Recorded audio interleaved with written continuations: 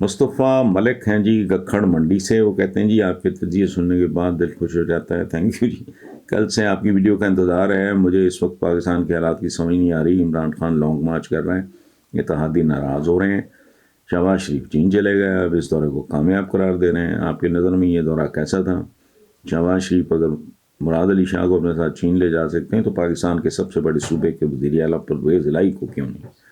اس بات میں کتنی سچائی ہے کہ عمران خان کے دور میں ہمارا آہنی بھائی چین ہم سے ناراض ہو گیا تھا؟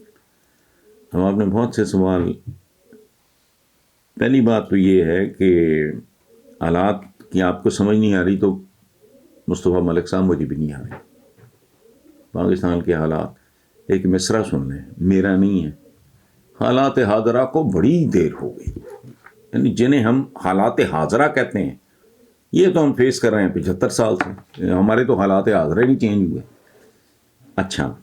پھر آپ کا یہ کہنا ہے کہ جی چین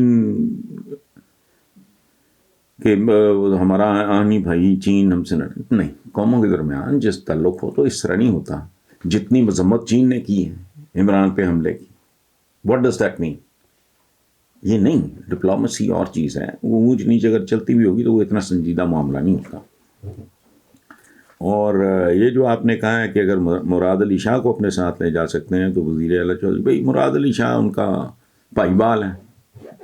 جوڑی دار ہے، چودھری پرویز الہی چٹان کی طرح عمران خان کے ساتھ ڈٹے ہوئے ہیں، تو اس کا میں کیا کروں؟ اور ہماری سیاست میں کچھ بھی ہو سکتا ہے، ظرف نہیں ہوتا، اس لیے یہ باقی حالات حاضرہ دعا کریں کہ پاکستان کو سانس لینے کا موقع ملے، سنبھلنے کا موقع ملے، اور جس طرح کے پے در پے واقعات ہو رہے ہیں ان سے پاکستانیوں کی اور اس ملک کی جان چھوٹ جائے۔